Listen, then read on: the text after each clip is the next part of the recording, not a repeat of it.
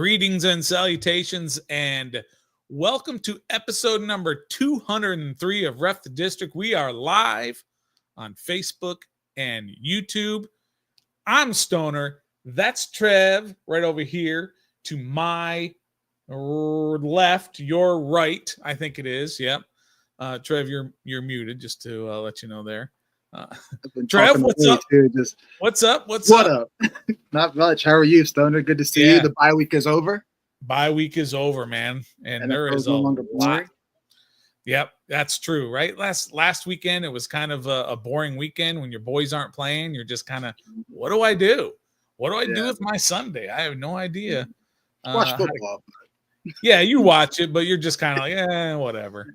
Not like when your boys are on and you're just like focused and watching every second and rewinding and all that. But appreciate everybody who is already here and all those who are watching here live on Facebook and YouTube. We're live every Wednesday, 7:30 p.m. Eastern.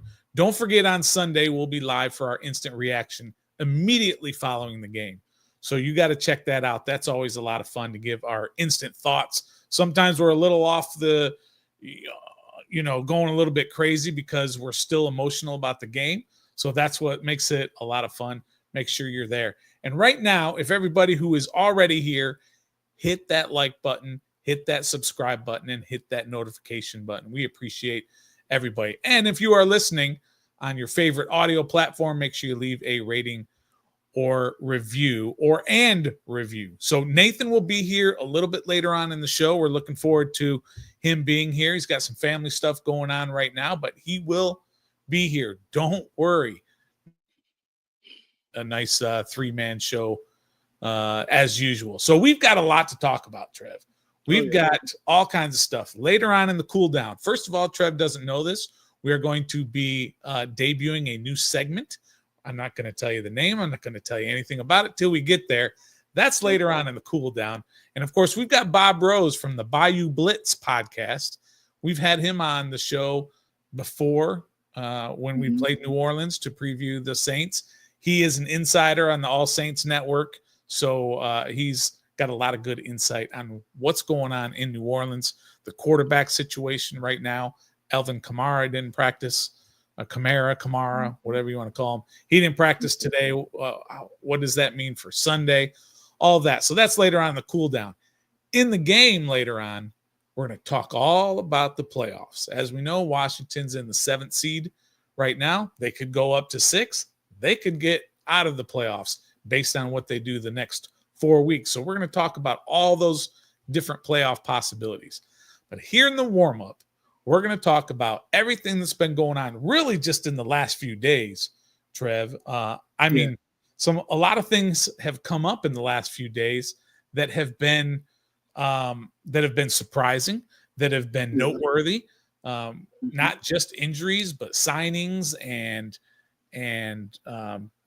people coming back from injuries and all that. But before we get into that, I have to tell you about one of our great sponsors, BetOnline. BetOnline continues to be the world's most trusted betting platform and your number one source for online betting.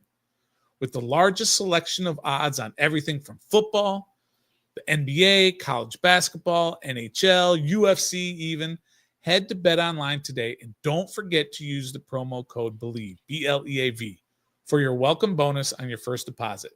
BetOnline, the game starts here. And we just want to say, if you are going to bet, please bet responsibly. Got that out of the way. Now let's talk all about what's going on with the Washington Commanders. For all your Commanders news and notes, it's the TNN. Here's Trev.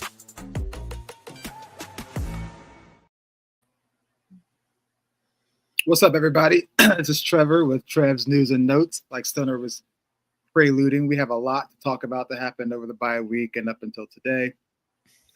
First one I'm going to start off with, I just want to nip it in the bud, the logo news. I know everybody was, talking over the bye week about, bringing the logo back and going back to the old name, yada, yada, yada. The team actually officially announced they are bringing back the logo, but only for alumni T-shirts.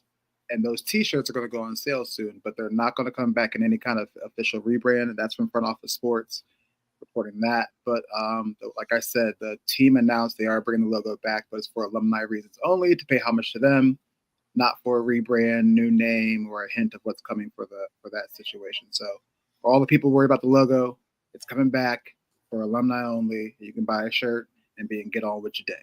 So there's that. Can I have point of contention on that, Trev? Yeah, sure. Did the team announce it? Yeah, the team announced it. I didn't see where the team announced it. Oh, we'll have to go back and find it. I think pull that receipt they will announce it.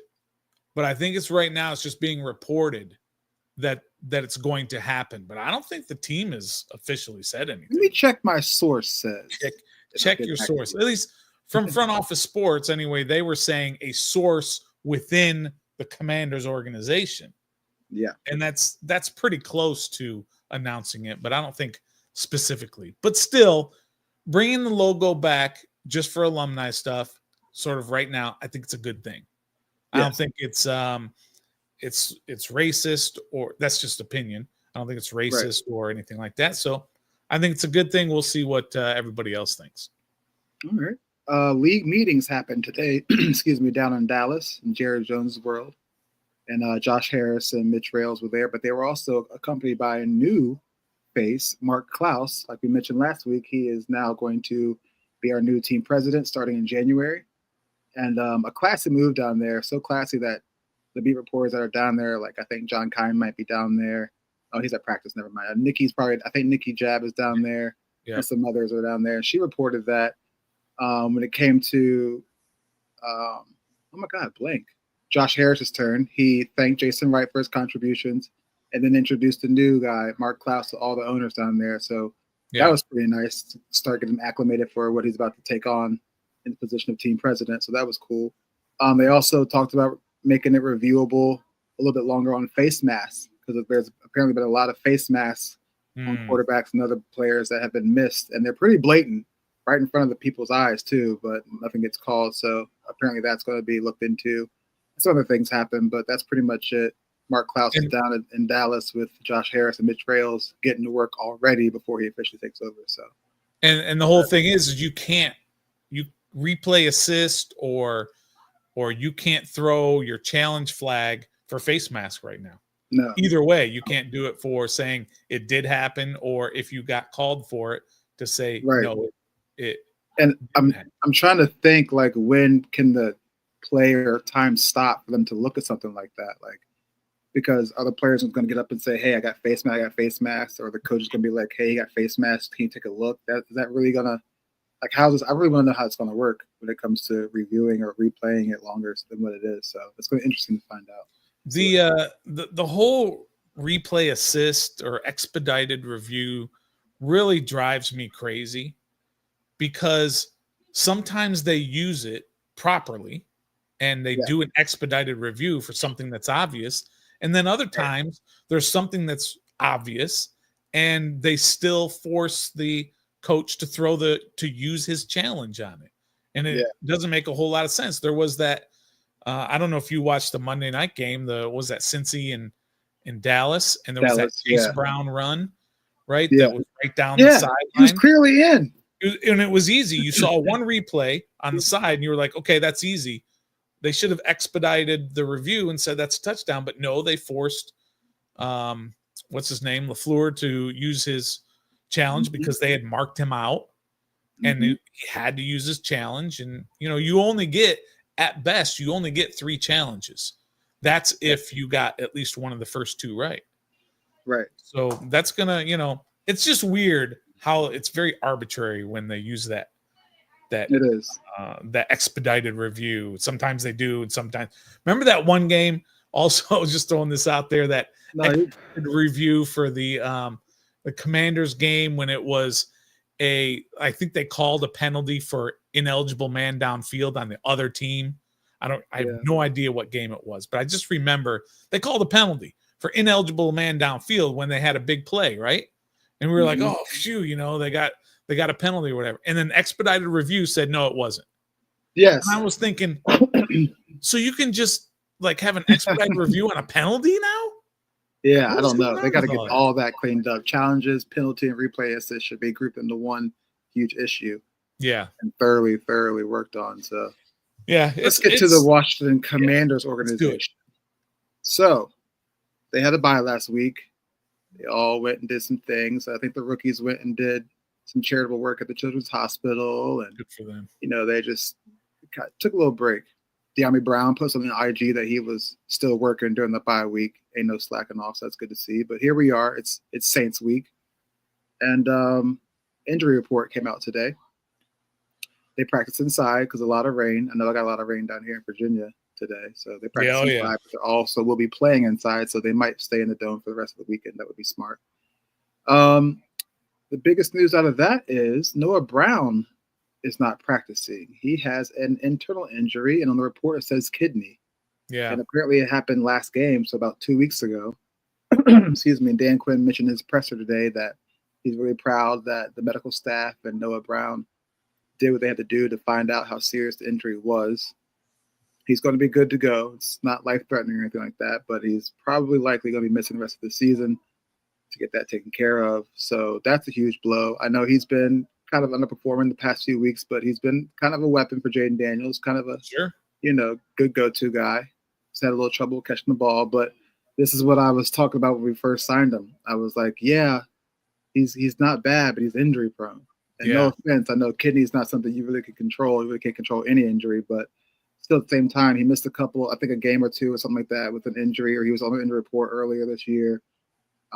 Everywhere else he's been, Houston, Dallas, he pretty much left because he was injured. Yeah. Now here we are with him injured again. I don't think he'll be with us next year. That's another talk way down the line, but I think we've seen the last of Noah Brown. I agree.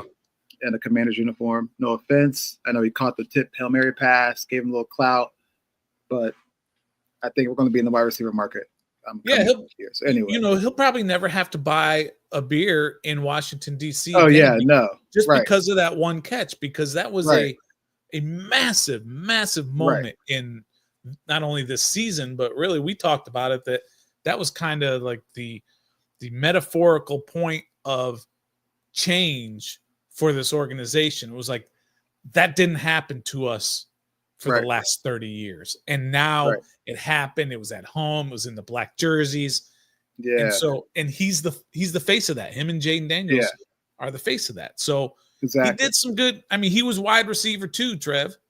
I know. Right? So I was going to say, like, depending what we do next year, if nobody else latches on, I wouldn't mind bringing him back for like wide receiver 4 or 5, maybe 6.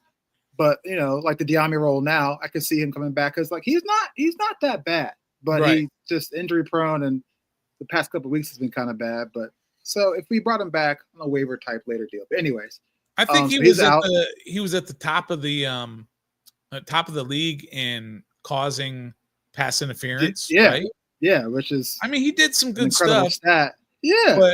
But let's be honest, like you said, Trev, if Noah Brown is wide receiver 2.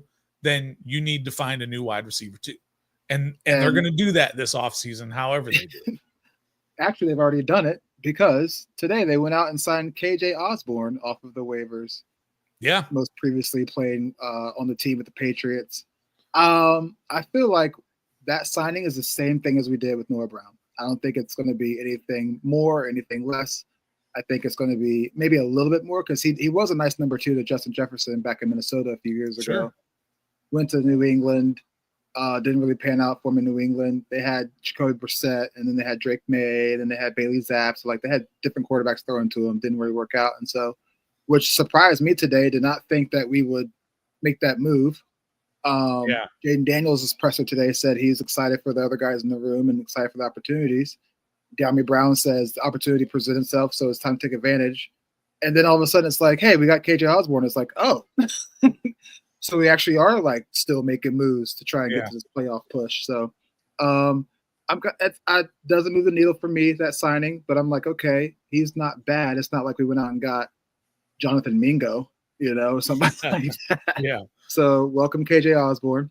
Yeah. I don't think he'll play Sunday, but it'll be interesting to see if he'll be. Probably not. I don't think he can be ready that quick in terms of understanding the playbook and all that. But you remember Amari Cooper in his first game, they had to go over and tell him during the play or, when they're lining up, say, here, this is what you got to do. And then he catches a touchdown.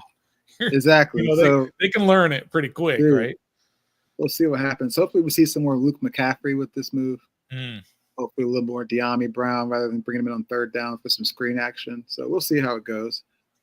Jamison Crowder, kind of a name that's been forgotten around here lately. It's because he's been on the IR for a calf issue. They activated his practice window on Monday, I think, and he was a full participant today.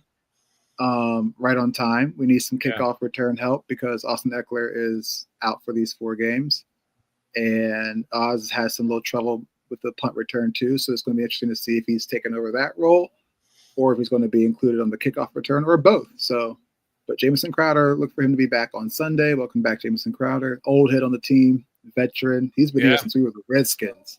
Yeah, that's true. So, there's that. And then the guy in the picture you guys see if you're watching here on social media is Marshon Lattimore is full participating in practice. Yeah, that's big. He is trending to play on Sunday against the team he got traded from. Yeah. He's played his entire career, the New Orleans Saints. So get your popcorn ready because I think it was about to be a show on Sunday with this guy. I'm excited. Yeah. We'll get to this later, but I don't know who's throwing the ball to anybody on that team, whether it's Jake Haener or Spencer Rattler. But either way, Lattimore is going to get his, and we're going to get to see what he's like going with some game actions because we got him like a month and a half ago. He's missed it's been a while. He's missed how many games for us? Plus 2 in New Orleans. So that's 6? Yeah, at least. Yeah, so we'll see if he still got it. It's going to be a little rusty. If he gets burned, I'm not going to jump off a cliff and tweet some negative stuff because he's coming back from a hammy injury. But it's good to see him getting out there and participating fully with no issue. So that's interesting to see. I want to add a little bit of something to that, but at first I wanted to make sure we acknowledge everybody who is already here and filling up the chat. Please continue to do that and make sure you hit that like button and that subscribe button. But Scooby D2's here, Uptown, JG, OT from DC is here, Grim Jow's here, Alcatone. What up, Alcatone? Where you been, brother? Mike H is here. Let's see who else we got in here. TJ, Nasty For You, is in the house as well. ATA Custom Painting is here. You got to get that name changed there. It's probably a business thing. And Dominic and many others. But again, we appreciate everybody's here. The Lattimore deal, right? I think it's a really big deal, especially this week, because I think he can feel a little bit more comfortable because he's in his environment that he's been used to, right? I mean, he's not in the same locker room and all that, and he's not in the same team, but same it's not. Though. Yeah, it's the same field and kind of the same atmosphere, and I think just after a few plays, all that stuff will kind of wear off, and he'll lock in. And you're going up against a team. Again, we'll talk more about it later. That's not very scary offensively, right? Especially their outside weapons. So if he is fully healthy and you can put him on one side of the field and lock that down, they can do so much more with the rest of their defense. So much more. Yeah, so that's going to be a key. And, of course, we'll talk about a whole lot more about that later. Other than that, just got Zach Ertz and Cleveland Farrell taking veteran days like they pretty much do every Wednesday. And then everybody else who had that injury issue is full participant.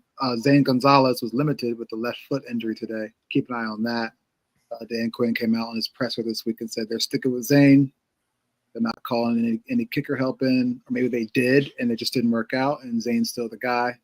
Siebert's still on IR, so Zane is our guy. Yeah, I guess so.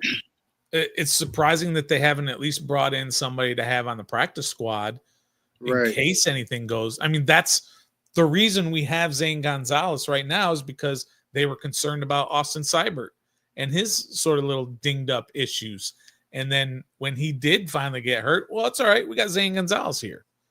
And so it's surprising that they don't have anybody right now on practice squad just kind of there just in case, or at least give him a lighter load in practice, right? Because sometimes that's what you got guys there for, is so that they can take the practice reps to give your guy some rest, right? That's why sometimes they'll bring in a punter. Maybe if Tress Way just needs some time to heal, some time to rest, They're not looking to replace him, but you still got to do punting drills in practice. So you bring a guy in just to kind of do those punting drills for the special teams bit. But anyway, yeah, it's surprising. Oh, Andrew Wiley, concussion. He's been cleared to practice. Yep, that's big. So that's huge. That is huge. I'm going through my notes here, see if I missed anything.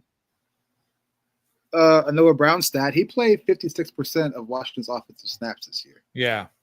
Yeah, that's a lot, Trev. So if which is probably likely, if KJ Osborne cannot go on Sunday, who's our number 2? Yeah. Who are you moving to number 2, Stoner? Let me ask you real quick. Who are you going to move there? I think this is a great opportunity right now for Luke McCaffrey to be able to step into that role, because you look at the analytics, Trev. He is at the top of all the analytics in terms of separation, being open, all of that. He's there, and Jane's not looking for him. Rightfully so. He's got other weapons that he is looking for. We've been screaming at this team to target Terry McLaurin more and more and more, and now they're doing that, right? So that's less time for Luke to get those looks. So yeah, I think he's probably the guy that they're gonna look at to replace the production at wide receiver 2. Wow, he's going to leap over De'Ami Brown, pretty much a veteran right now. He's going to you have him leaping over him to go to number 2. Yeah, I think so. The second read. The second, not necessary. Yeah, the second read. There's the second guy. If you're going to call play in the huddle, first you're going to call Terry, and second you're going to call, I think, Luke. Okay, and then I guess De'Ami will be the opposite side. He'll be I'm just reading that. Yeah, he'll be outside, Luke inside, Terry outside. Yeah. And then when KJ comes in, look for KJ outside, Luke. I don't know. It's gonna be interesting. I think it could be a good pickup too. It's not gonna move the needle that much, but I think it'll replace what we had in Noah Brown, which was effective. So yeah, but other than that, that's all the news I think I have. I can give some news about the Saints. Chase Young. Get some Saints news in there. So Chase Young received a game ball last week for his and what interim head coach Dan Rizzi said the best game he's had in a Saints uniform. I think it was going on second year there, or 1.5 year there, because he was there a little bit last year, right? Is that where they traded him to? God, I can't remember. Did they trade him to the Saints? No, he got traded to the 49ers last year. Oh, yeah. Okay, so this is the only year. Yes. Yeah. That's cool and all, but it was the New York Giants. Stoner, you and I could go past the lineman and go get a sack if we wanted to. Okay? Yeah, Let's be real. And they had Drew Lock back there at Tommy DeVito. Okay, and we sacked Tommy DeVito 9 times with Chase Young. So, but congrats for getting the game ball, Chase Young. He does not scare me for Sunday. So by the way, we'll get to that in the cool down or whatever, but he does not scare me for Sunday. Yeah. They're dealing with quarterback issues. Derek Carr messed up his left hand / wrist last week. At first they said could he play with a broken hand? Their coach was like, yeah, it's been done before, but that's why we're putting him day to day. And then it comes right out he's going to be out for some time. So now it's and he came out today saying it's between Jake Haener and Spencer Rattler to see who starts on Sunday. Neither one of those scare me either. And we'll talk about that. Jake Haener is a second-year guy, right? Yeah, and then Rattler's the rookie. Yeah. Right now Haener is a guy who can get out and run. Yeah, I think he's a running type quarterback. So, Washington in the past has had trouble with guys who can move around, i.e. the Daniel Joneses of the world. But not Jake Haener. But I mean, he's Jake Haener. I think he's thrown for, in his 2 seasons. I don't think he played at all last year, and this year I think he has 1 touchdown. Yeah. In spot duty here, and you're not going to be scared of them. But let's be honest, Trev, you're not scared of Derek Carr either. No, not at all. Right. So it almost doesn't matter who they have at quarterback. You're not really scared of them going off. One person that would have me a little nervous would be Chris Olave, but they're not bringing him back this week off IR, even though he's eligible to. They said this week is probably not going to be it. TBD on the rest of the season. So that's another weapon gone. Yeah. We'll get to that later as well. And then let's see. Other than that, they're just they're just not a good team coming out of the Saints. Quarterback issues, nobody to throw it to. Chase Young getting game balls on defense tells you everything about their defense. So, yeah. But we'll get to that later. But that's pretty much all the news I have that's happened over the bye week and up until today. Yeah. Nice job with the news and notes from Trev. There was a couple that I wanted to kind of go back on before we move on to talk about the playoffs. There was the one that you talked about with the winter meetings down there in Dallas. Yeah. And how Josh Harris got up and said, Jason Wright here, and of course he's leaving, and Mark Klaus is it that is going to be the new guy, which is a really cool move, right? I did want to kind of say Jason Wright leaving, right? Yeah. Let's not forget about what Jason Wright had to go through to be here.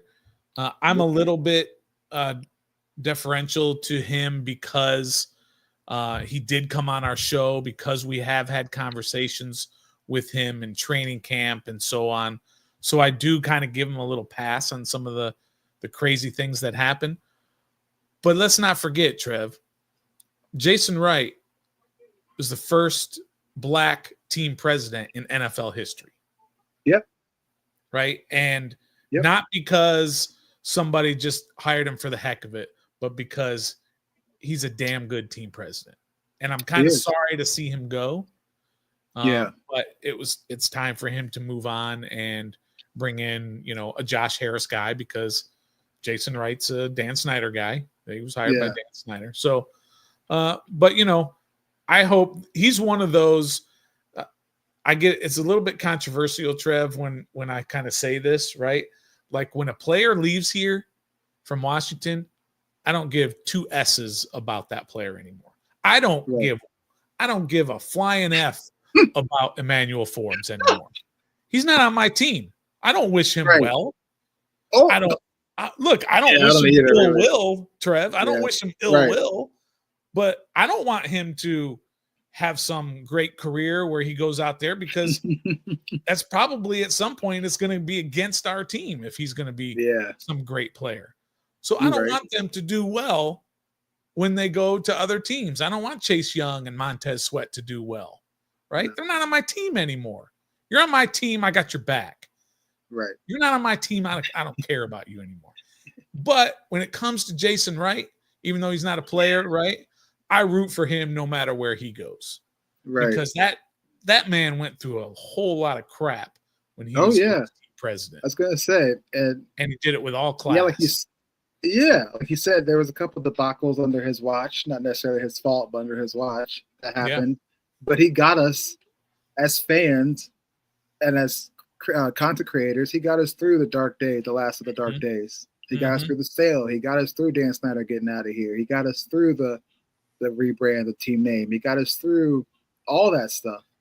And a lot of people in his position probably did not take that job. And it's kind of wonder what made him take that job. He might have told on the episode of our podcast. I have to go back and rewatch that. But nobody really wanted to come knock on the door and be like, let me have this job and take care of what's going on and try and help. But Jason Wright, being the first black team president in NFL history, took that challenge on and made it through to see the other day. So thank you, Jason Wright, for coming on our show, for everything you did, for getting us through the rebrand and all the dark days, or the last of the dark days. And like Stoner said, we wish you well. Hope you latch on somewhere else. Hey, maybe you can find a spot in the organization here, down a total bowl a little bit. But you probably have better opportunities somewhere else, but I don't blame you. So, but Mark Klaus is in. Jason Wright is out. And we'll see what the Soup Man can do. I'm pretty confident in him. If he's like the Josh Harris guy, then I have no worries.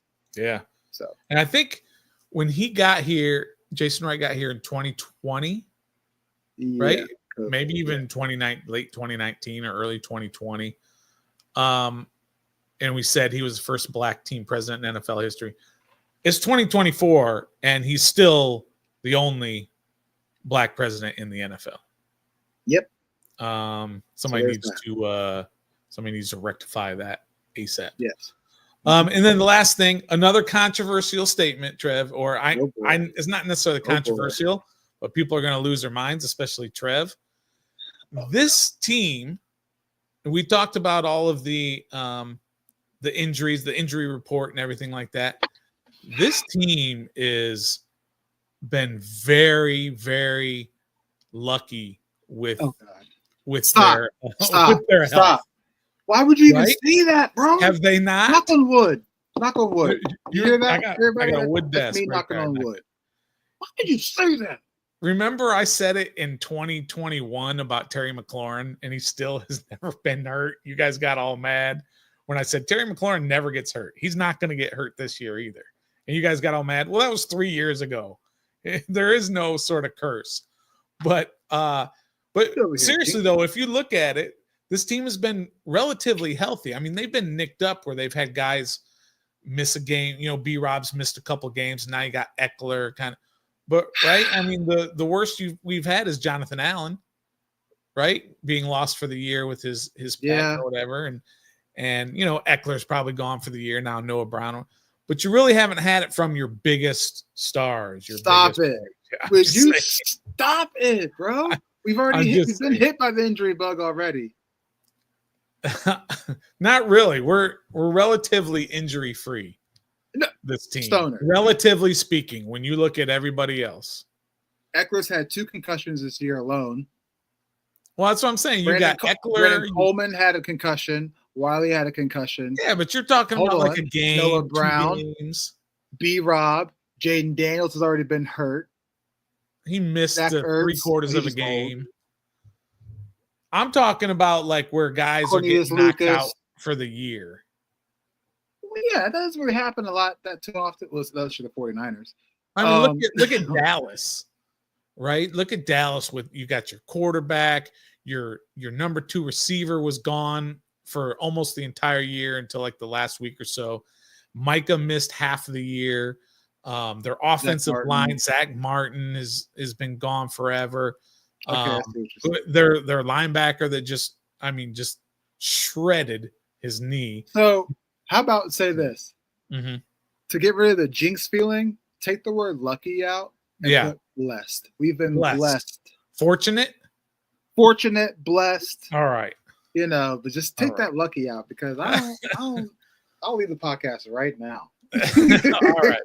All right. Good news and notes, Trev. And on that note, now we got to kind of sort of transition. Okay. Now the bye week's over. Yep. Right. Now we have to start looking at what's ahead. We got to look at the playoffs, all the playoff scenarios. We got 4 games left. And so we're going to look at all of that here coming up right now in the game.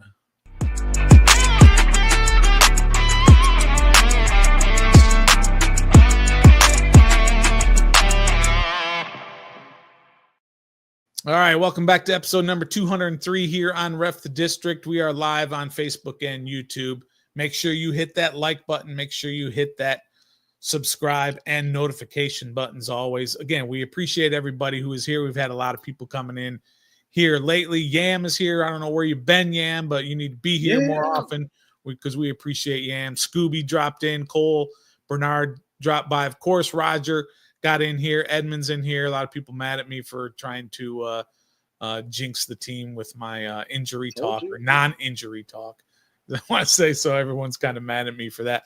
But hey, let's turn our attention here as we get into the game portion of the show, which is, of course, brought to you by Don't Sleep Energy Drink. Don't Sleep is a fantastic company that's right here locally in the DMV. So if you get a chance, head to their website and order some either the shots that they have or the energy drinks. They got sugar-free, all of that. Don'tSleepEnergy.com. If you go there, if you use the code DISTRICT, then you can get 10% off your entire order. And if you haven't done it before, we've had cases of them, and we absolutely love them. We use them all the time because we work a lot, so we need sometimes that boost of energy. And Don't Sleep Energy is fantastic. So make sure you head over there and use that code DISTRICT, get 10% off. Tell them we sent you. Tell them Trev sent you over there to get some of their stuff, and they will appreciate you for doing that, and we'll appreciate you as well. Don't Sleep makes you great. All right, Trev, let's get into the playoff scenarios. And what Washington needs to do. Right now, Washington is sitting in the 7th spot. 7th, i.e. last playoff spot at 8-5 with 4 games to go.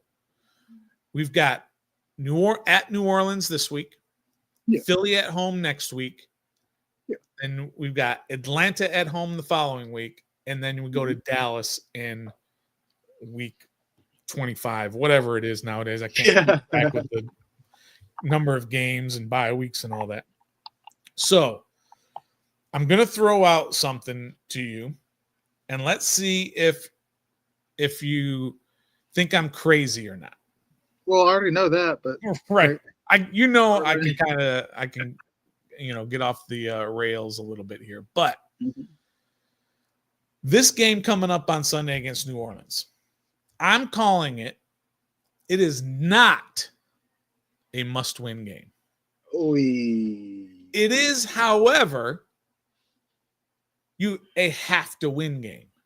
What's the difference? Right? Does that make any sense, right?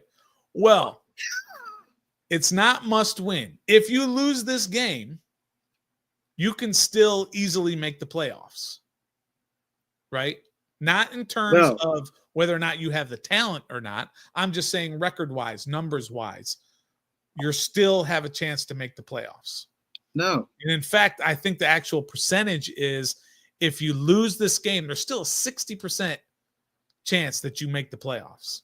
Where are we at right now? What are we at? Right now is, I think, 75%. Right now, 78%. Yeah. Right now. So if you lose, it falls down to 60%, but it's still better than 50-50. And here's what I mean by that. It's not must win because mathematically, you'll probably still even control your own destiny. But you have to win this if you want to be considered a playoff team. You can't go to New Orleans and play a bad team on a backup quarterback and lose and think we're still a playoff team. So does that make sense on how it's not a must win, but you have to win? Is anybody following? Anybody in the chat, are you all following what I'm trying to say? Are you picking up what I'm putting down? Bro, the Rams are 7-6. Right. If they win and beat who they play Sunday? This week I've got schedule right here. They play San Francisco tomorrow. Okay. Short week for the Rams. 49ers are reeling, even though they just won last Sunday, but they don't. They're reeling. If they win, they're 8-6. If we lose, we're 8-6, and they take over the 7th spot, and we're now in the hunt. Why do they take over the 7th spot? They actually don't. Are you sure? Yes, because here's the tiebreakers. First is head-to-head. Well, you haven't played them, right? Second is conference record. I believe right now their conference record is 4-5 or 4-6, something like that, and Washington's is like 5-3. Okay. I don't have the exact numbers in front of me, but I can tell you that I know that we have the tiebreaker right now on the Rams for the NFC. But, if they win, they've got another NFC win. If we lose, we've got another NFC loss.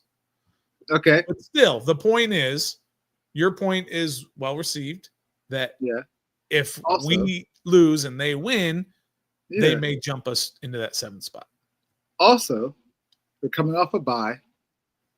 We don't want to lose and have to go and host Philly next weekend. Oh, yeah. Tear their on, because that can be 0-2 right there after the bye. Yeah. And we could easily start sinking. Oh, sure. That's why it's a have to win. It's a must win. It's not a must win. Because okay. So we start off the season predicting between 4 and 6 wins. We're 7-2. We're going crazy. They were 7-5. Now we're 8-5. Now, this team has exceeded all of our expectations. So why not keep that going? Why can't we just go ahead and make this a must-win game and win? That way, we're sitting prettier than having to be mathematically still in it and need so-and-so to lose and so-and-so to win for us to win. Why can't we just keep on winning so we can solidify our spot a little more instead of just living on the fence, on the edge? Yeah. So can you make this a must-win game? No, I'm not saying that the team doesn't need to have that mentality. I'm just looking at it from the outside, looking at the playoff scenario in terms of whether or not it's a must win for this team, because even though it's not very likely, they could go 3-0 the rest of the way and make the playoffs. They don't have to go 4-0, and I don't even think they have to go 3-1 to make the playoffs. I think they can go 2-2. They can get to 10 wins and still make the playoffs. It's funny you say that. John Keim said he thinks 10 wins. Okay. Get it. He posted some stat about that. It was on the notes. I remember now. Hold on one second. Yeah, I'll tell you. I think I got it on top of my head. Okay. It's like 45 out of – it's happened 45 times that a team has won 10 games. And so since the last 10 years, 20 years, 15 years. And every one of them has made the playoffs except for one. And that team was Miami in 2020, and they were 10-7. And that was the same year we won the division at 7-9. Yeah. So based off you and John Keim, 10 is the magic number. You win number. 10 games, so you're going to go – that means you can go 2-2 and still make the playoffs. So that means 2 losses. So if it's not this game, then it's either against a not-so-good Atlanta team or a terrible Dallas team. I could probably get on board with that if we weren't coming off a bye. Well, I know, Trev, but you're still looking at it at the mentality of the team. No, That's why I say it's a have to win, because they're coming off a bye, because you're playing a bad team. And so you have to win if you want to be considered a playoff team. But mathematically, you don't have to win. It's not a must-win game. Okay. It's kind of, I'm parsing words a little bit. I'm kind of being a little, I see what you're saying. Kind of jerkish about it, but I'm just trying to say that this is not an absolute must-win game, because you can go 2-2. Look, the only team, I've studied it, I've looked at the playoff scenarios myself, is that the only team you have to worry about are the Los Angeles Rams. Yes, and they're on a roll right now. They're the only team that you have to worry about. Or if you want to swap it, you want to say Seattle. But what I mean is whoever is the second place team in the NFC West, that's all you have to worry about. Because the only other, the second place team in the NFC West, which is either going to be Seattle or the Rams.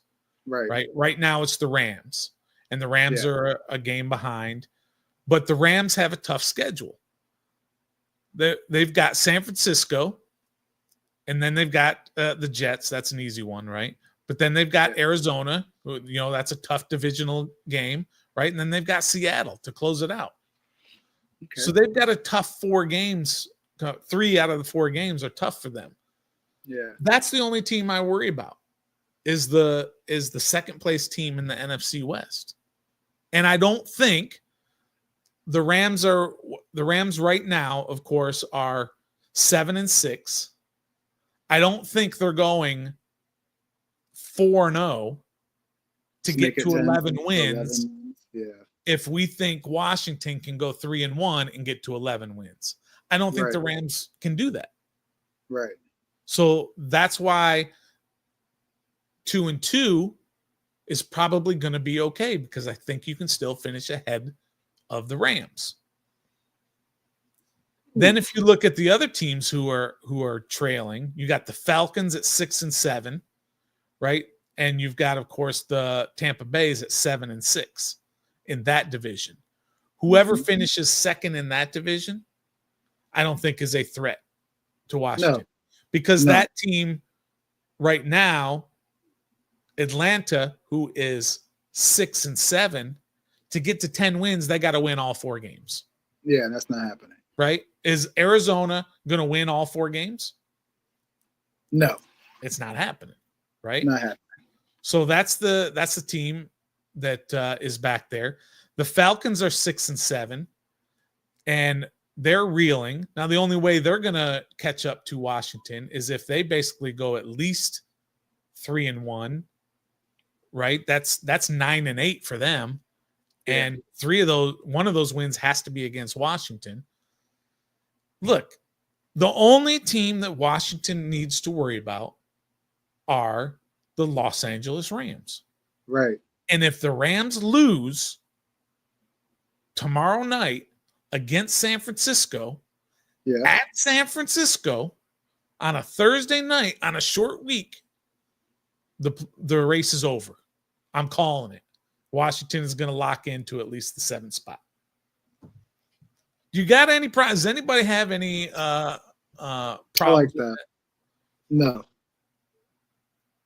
I mean, okay. So check out Green Bay. They're sitting at 9-4, right?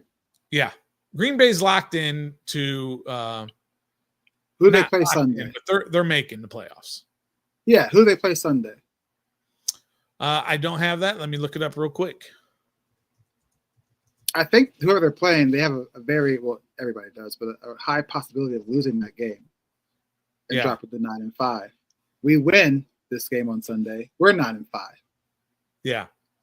So that's also why we should win, because if we stay as a 7 seed, we gotta see them Philadelphia Eagles one more time. And I'm telling you right now, they're really good. I hate to admit it, hate to say it out of my mouth, but they have a good team over there. Yeah. But I do think we have a chance, because now this what happened last year. They started off 10-1, something like that. Yeah. Yep. And we went to the playoffs, lost the first round. They lost their 5 in a row to end the season, something like that. I feel like this is the same thing that's happening right now. With their controversy going on, there's drama that's going on, and they barely escaped last week against the Carolina Panthers, who we smashed. So I think if they lose against the Steelers on Sunday or whenever they play, that's them coming off of a loss and us coming off of a win, presumably. I think that's our best chance to get them, because they're starting to reel. Drama's starting to unfold. And I think depending on Sunday, if they lose, I think we have a better chance. Anyway, that's near there. But I think we need to focus on winning so we can chase that 6th seed spot. Yeah, for sure. That 6th seed, I think if they go 3-1, I think they have a good chance at getting that 6th seed, because Green Bay has at Seattle Sunday night. Yes. Right? Then they got New Orleans. Then they got at Minnesota. Oof, that's a divisional game. And then they've got the Bears for their last game. That's always a good game, no matter what. Divisional game, absolutely. So yeah, I agree. 2-2, 2-2 can make the playoffs. 3-1 will get you a 6th seed, probably. Agreed. Absolutely. Depending on how everybody else plays. Sure. And 4-0 would just be a parade. I know, right? We're gonna have a parade out here. The worst that we can accept as fans is 2-2. Yeah, 2-2 is right. 2-2 will still get you in, but if you think about it again, one of those is going to be a bad loss. If one is Philly, and you can accept that because they are a good team, whether or not they're imploding, we'll see, but they're a good team. Yeah. And one is going to be against a bad team, Atlanta, Dallas, New Orleans, and that's why. Yeah, we need to be 3-1, and so our loss can be, because I don't really. Oh my God. Yeah, you don't want that, of course. Nobody wants that. Nobody's predicting that. Nobody is thinking that the team is thinking that way. We're just looking at mathematical scenarios of how Washington can get into the playoffs, no matter what they do. Yeah. They're not going to get there with 9 wins, though. I don't think 9 wins is going to do it. Somebody else is going to. Yeah, jump and up I don't and get see to us going 1-3, so I really don't. Yeah, not with our schedule. So you talked about it a little bit, Trev. Yeah. To get to that 6th seed, if you stay in the 7th seed, you play the number 2 seed, right? Yeah. And as you said, right now that's the Eagles, and it's probably going to be the Eagles. Maybe Minnesota can overtake them if Philly implodes here, but most likely they won't. We hope they do, right? Because we don't like Philly, but most likely they're not going to implode. So if you're the 7th seed, you play at Philly. If you're the 6th seed, Yeah. Right? Then you are playing probably Minnesota. And as good of a year as Minnesota has had, I'm sorry, I'm not afraid of Sam Darnold. Thank you. I'm not right now. Maybe he can prove something, right? As the year goes on and you get into the playoffs. He's had a fantastic season. Don't get me wrong. Right. But if you're counting on Sam Darnold to lead you on a Super Bowl run, then you're probably counting on the wrong guy. So that's the easier path, is to play the actually, let me amend that. Just forget everything I said about Minnesota, as TJ is reminding me right here. Yeah. Minnesota, because Detroit is winning the division, yes. Minnesota is a wild card. So you're not playing Minnesota. Yes. If you get to the 6th seed, you're playing either the winner of the NFC West, who is probably going to be at 9 wins, maybe 10 wins, or you're going to play the winner of the NFC South. Yeah. Which is Tampa or Atlanta. And, Tampa whooped our ass at the beginning of the year, but, we're a different team since then. Yes, exactly. So that's why you want to get to that 6th seed. Yes. To be able to have a shot at playing, you have to go on the road still, but at least it won't be playing against one of the powerhouses like Detroit or Philadelphia. Exactly. I agree. So that makes Sunday a have to win. Yeah, they have to win. Must. But it's not a must.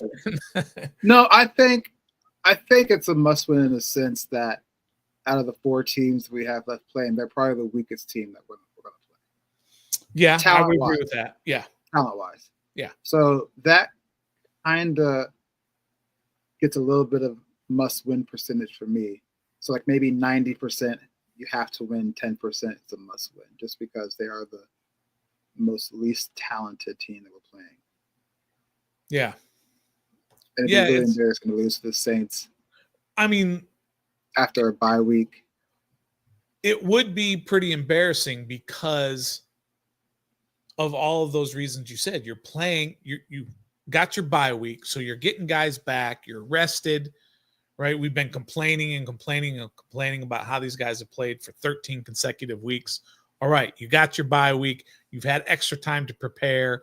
You're playing a team that's missing wide receiver 1, QB 1, offensive weapon 1, whatever you want to call it, Taysom Hill. I don't even know where you right? You're missing 3 of your most important offensive weapons, not named Alvin Kamara.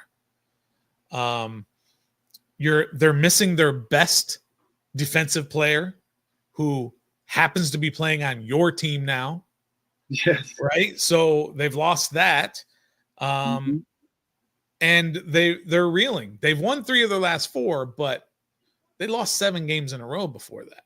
For a reason. They're not very good. They fired their coach. Their coach has already been fired this year. Yes.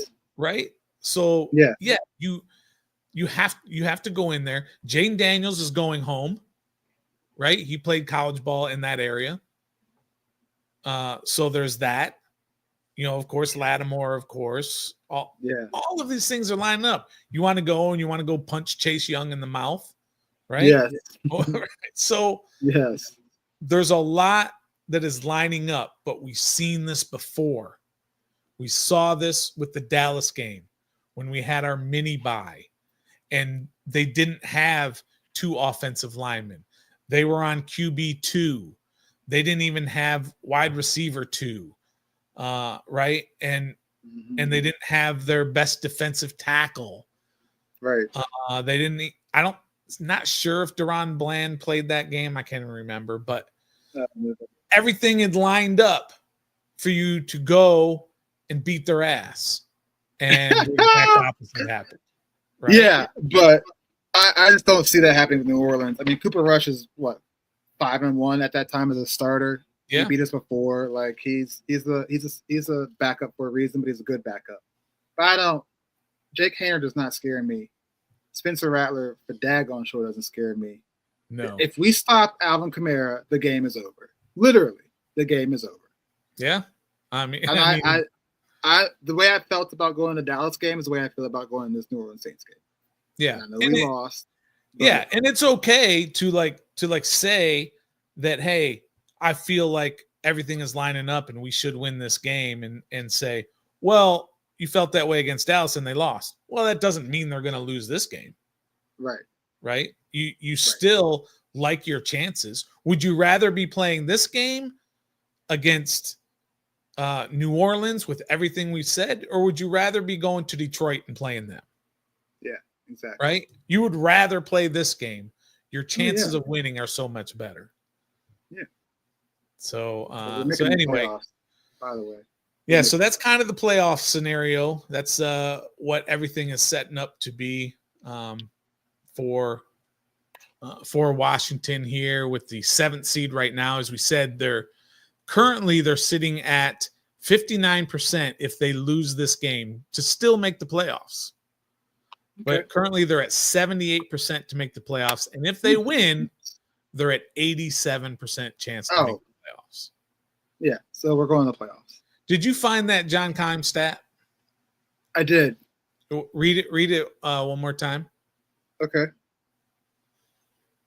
It says it's a very interesting stat about 10-win teams. Now, remember, we've only been in the 17-game schedule for like 3 seasons, so that might skew as time goes on. But right now, what's the stat? So it says, is 10 the magic number for the playoffs? Since the NFL expanded to 3 wildcard teams in the 2020 season, 46 teams have finished with 10 wins. 45 of those teams made the postseason. The one team that failed to qualify, Miami in 2020, they were 10-7. Yes, the same year Washington was 7-9 and won the NFC East division. Yeah, so it's only happened one time since they expanded to 3 wildcard teams. Yeah. So the chances that it happens again are whatever that is, 1% or 2%, something like that. Right. So you got to get to 10. If you get to 10 wins, you're probably a lock. So that means you can go 2-2. You don't want to go 2-2. We're not saying try to go 2-2. We're not predicting they go 2-2. Just saying mathematically you can go 2-2 and still win the game. Need to give a shout out to ATA Custom Painting for the $1.99 super chat. Nathan's got the cool sound effect on his computer. Let me check mine real quick. Actually, I think I got some kind of cool sound. Let's see. How about that? Is that good? Is that too loud? It's all right. Was that too loud? Huh? Okay, so it was too loud. Got it. Sorry, I didn't do that adjustment. And then also ATA Custom Painting coming back with another $1.99 super chat. I won't hit the applause on that one because I'm not sure which button is the volume for that. So he says he's watching on a delay, and I will not change the name. I don't know. Did we talk about changing the name? No. That was way said about his custom painting thing. Oh yeah. Oh, that's right. For him to change his name. Yeah. Yes. I get you now. But okay, so those are pretty much the scenarios for going into the playoffs here in this season. It's a statistical probability that they do get into the playoffs. So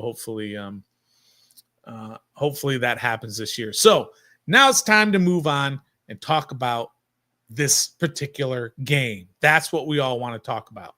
At 8:45, our buddy Bob Rose from the Bayou Blitz Pod is going to come on and join us to talk about everything going on, the inside part of the New Orleans Saints. But before we do that, we've got a new segment here on Ref the District, Trev. Trev doesn't know about this yet. Nobody knows about this yet. I created a new segment just for the heck of it. So we're going to check it out right here.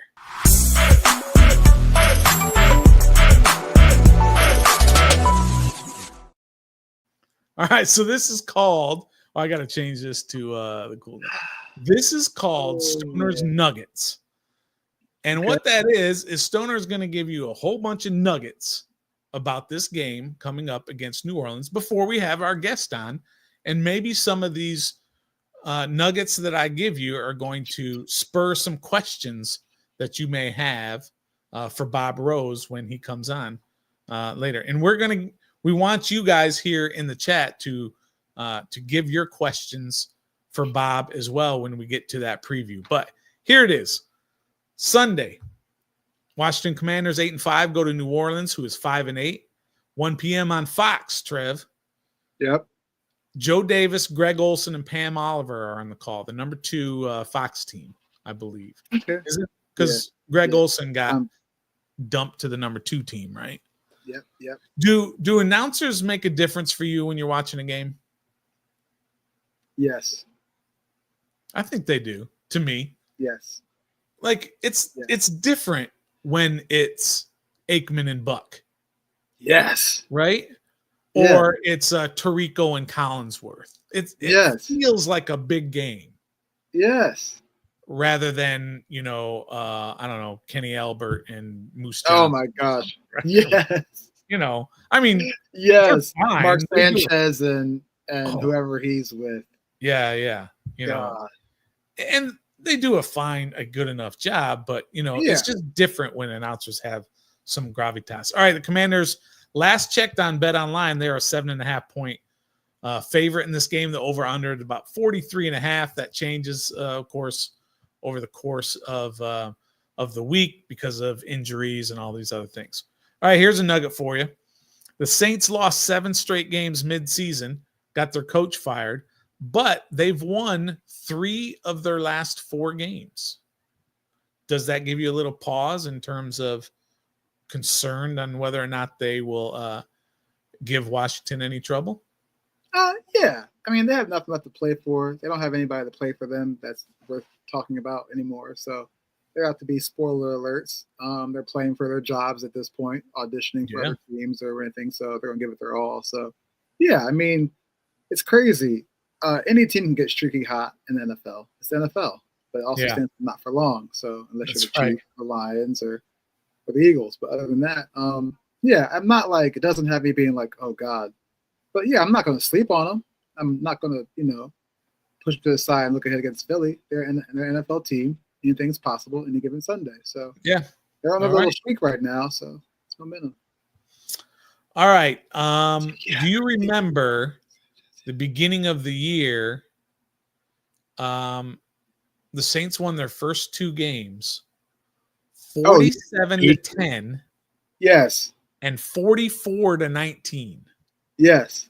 Now that was Carolina and Dallas, but that opened everybody's eyes. Oh my God! Yeah. And just to think about that a team that went 2-0 by a combined score of, let me do my math here, 91-29, fired their coach only a few games later because they were so bad. You said they're 5-8. Yeah, 5-8. So they started 2-0 and went 2-7. Quick. Well, they've gone 3-8 since then. Well, yeah, but then they were 2-0. Then they ended up even 7 straight to make them 2-7, and then now they're So, well, I mean, that doesn't scare me at all. Yeah, right. This is a revenge game, of course, for Marshon Lattimore, and also on the other side for Chase Young. Right, revenge games for them. Chase Young. Whew. Got a game ball against the Giants, baby. That's right. He definitely did. So as we talked about, Derek Carr, there's still a possibility that he may play, but I don't think so. It should be Jake Haener or Spencer Rattler as QB1. Jake Haener has 1 career TD pass, so their quarterbacks are poo-poo. Who is second? Who leads the league in touches? Any idea? What do you mean? Who has touched the ball, combination of running and receiving, the most in the league? Alvin Kamara. Close. He's second. Saquon Barkley is actually first in the league in touches, but Alvin Kamara is second. I believe he has like 84 targets but like 64 catches. Actually, I think he has 94 targets and like 64 catches out of the backfield. He's a problem, Trev. Yeah, for sure. He's a massive problem. And don't forget about his backup, Keandre Miller, is a guy he hasn't done a whole lot, but he's a guy with a lot of talent. And he clashed with their first coach, Dennis Allen, right? Mm-hmm. I think that's who it was. But the new guy has given him more touches as the year has gone along. So Alvin Kamara is an absolute problem. Yes, he is. If Marshon Lattimore can lock down a certain side, that frees a safety that can come into the box and help out with Kamara. Yep. And how hard is it going to be for Marshon Lattimore to lock down, I don't know, who's their receiver on their team? Let's check it out. You can't even think of any with Olave and Taysom Hill out.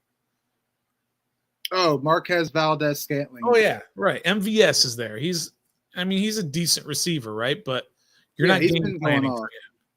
No. So, and by the way, it's Jake Haener trying to get him the ball. Who?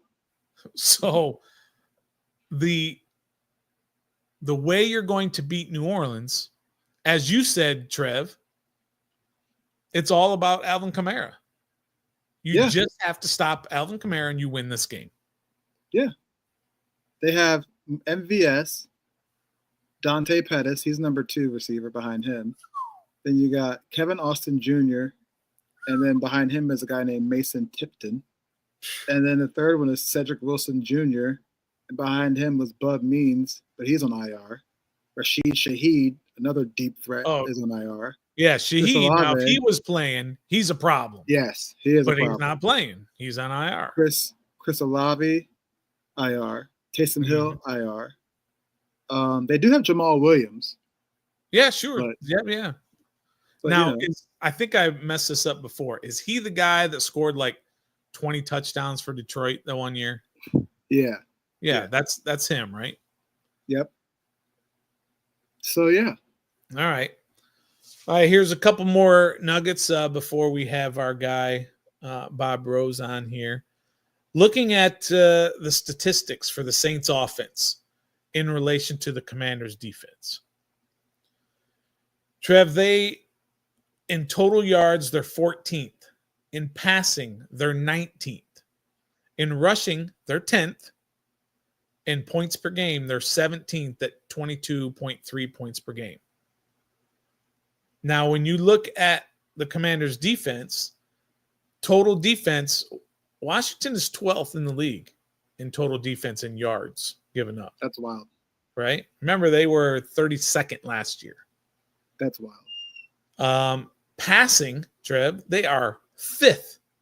We scream and scream and scream about BSJ and when is Marshon Lattimore going to be healthy and all that. They're 5th in league in pass defense. I don't know how that's even they're giving up less than 200 yards a game on average.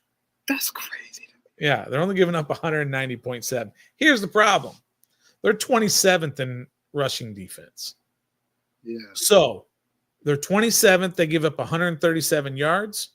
The Saints offense is 10th. They run for almost 130 yards a game. Okay. That's what they're going to do to try and beat Washington. Oh, sure. They're going to try and run the ball. They've got 3 legit backs. 3? Oh, yeah, Jamal Williams. Yeah, with Jamal Williams. They've got 3 legit backs and you got a quarterback, a second-year quarterback who has like 1 start under his belt. They're going to run the ball. They're going to do bubble screens. They're going to do regular screens. They're going to do all kinds of safe stuff because they're not going to want their quarterback dropping back 35 times against the 5th-ranked defense with Marshon Lattimore back there. Exactly. They are going to run the ball all day long. Okay. So Washington has to figure out a way to stop that. Yeah. Here's something super interesting. Remember when we were talking about Tennessee, and remember Tennessee's defensive numbers were all really, really good. Oh, but yeah. But their points per game was really bad. We were trying to figure out why is it that their defense is so highly ranked, but they give up a whole bunch of points. Well, the Saints are almost the opposite. The Saints in total defense, they're 30th. They're terrible at giving up yards. Yeah. In passing, they're 28th.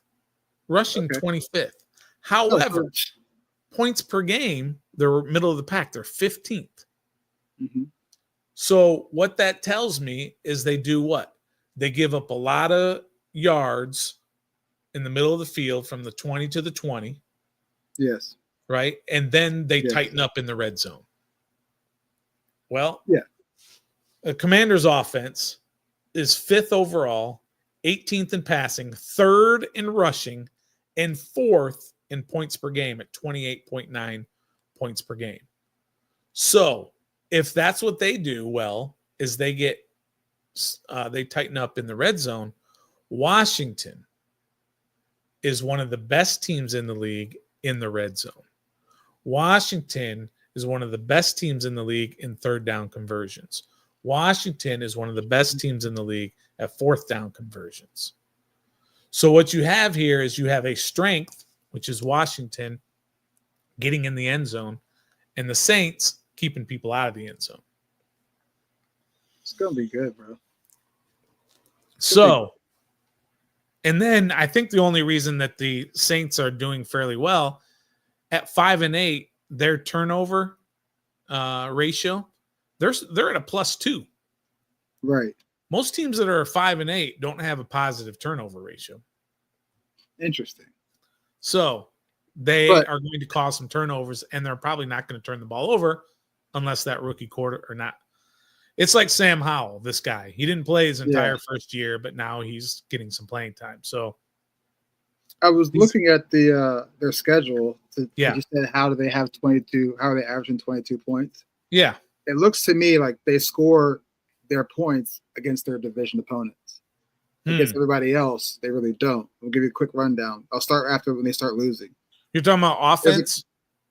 Or just like their team, just the points that they score in the game. There's a few that are off schedule, and there's some exceptions, but here we go. They started losing. They lost 15-12 to Philadelphia. So that's 12 points they scored. Against Atlanta, they lost 26-24, but they scored 24 points, and that's a division game. They lost to Kansas City 26-13. That's Kansas City. They only put up 13.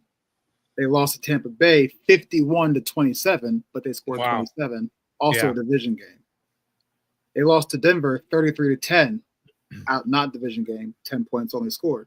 They lost to the Chargers 26-8, non-division game, only 8 points scored. Carolina, they lost 23-22, division game, 22 points. They beat the Falcons 20-17, division game, 20 points. They beat the Browns like we did too, 35-14, but that's the exception. It's the Browns. They lost to the Rams 21-14, non-division, 14 points. And then they just nearly escaped the Giants 14-11, non-division game, 14 points. Yeah. So that seems like they know their division well enough to at least score over 20 points. Yeah. But every other non-division game, they ain't scoring that much. So that stat really kind of makes me feel better because they can't score against anybody else outside of their division. Yeah. And they cheated. I don't know if you saw that. They cheated in that blocked field goal against the Giants. Bro, that was athletic. He jumped clear over him without Yeah. That was nice. That was legal. Did you see the guy on the other side of the center? No. The defensive lineman on the other side of the center. So the dude who jumped over was on, if you're looking at it the way, if you're looking at it from the Giants, he was on the left side, right? Okay. And he jumps over, right? Well, the guy on the right side pulled the center down. Oh. Yanked him down to keep him from being able to block the guy, which is illegal. You can't touch the center on kicks. Right, yeah. Didn't know that. And the ref, the official standing right there, starts to go for his flag and then eats it. Yeah. Oh, watch it. Go to our guy John Gruden. Go to his Twitter page. He was screaming about it. Like John or Jay? Jay. No, John. John Gruden. Yeah. John Gruden, he's working for Barstool. That's Barstool right. now. Yeah. So he's breaking down film and I think it was John. So they got away with one against one of the crappiest teams in the league. And once again, only scored 14 points. So, and Derek Carr was quarterback. So all those games I rattled off, only Rattler played in 3 of those games. Everybody else has been Derek Carr. So it doesn't really matter who's playing quarterback, like you said. Yeah. Do you remember that game where we had against the Giants? It was probably a couple years ago when I think it was a Thursday night game. And we lined up for a game-winning kick. And we were losing, so it wasn't a tie game.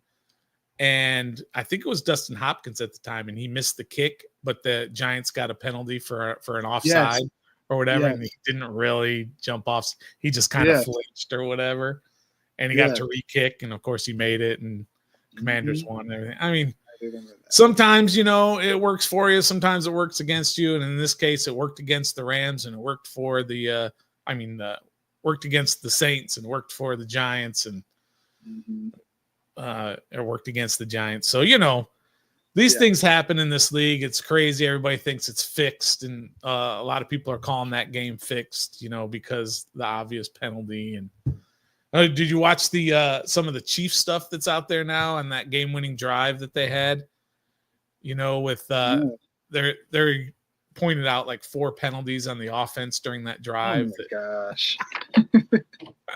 Nothing can be done after the fact. So why are we even? I don't know. Yeah. So this is going to be a tough game, Trev. Regardless, it doesn't matter who you play in the NFL. It's a week-to-week league. We've said it forever. You can be you can look at Dallas and you could say, well, we're way better than Dallas, and then you can lose to them.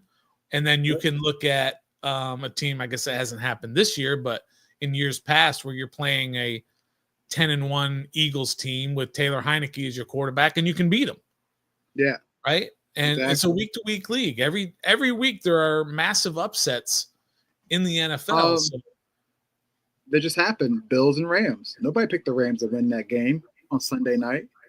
Oh, yeah. But they put up 44 against Josh Allen. They were 10-2 and 6-6. So it's like any given Sunday, bro. Any given Sunday. But we should murder this New Orleans Saints team, guys. Oh, absolutely. Like we should literally put up at least 30 points on this Saints team. Absolutely. What are some other guys on the Saints offensively? What is the don't they have a good tight end? I think he's a Maryland guy. Jawan Jennings. Jawan Johnson. He's questionable. Guy? Let me see. Let me click on him. For some reason, I'm thinking he's a Maryland guy, but I could be a New Jersey guy. He was born in Glassboro, New Jersey. I mean, what school did he go to, though? That's what I mean. Oregon. Oh, I was way off on that. There's a guy with the name very similar to that in the NFL. That maybe it's the guy in San Francisco. That's Jawan. Yeah, I forget his name. But other than that, nobody else. And then Foster Moreau is behind him at tight end. Oh, sure. Yeah. He's had some. He's had some. Yeah. All right. So you've heard enough about you've heard enough of us talking about the Saints and before we have our guest on right now, let's get some things off our chest here. He can probably hear us, but we're going to pretend he can't. Just like you said, Trev. Yeah. The Saints are bad. We should murder them. So but let's get some inside scoop with our guy Bob Rose from the Bayou Blitz Pod here, and a game preview of Commanders versus Saints right here on Ref the District.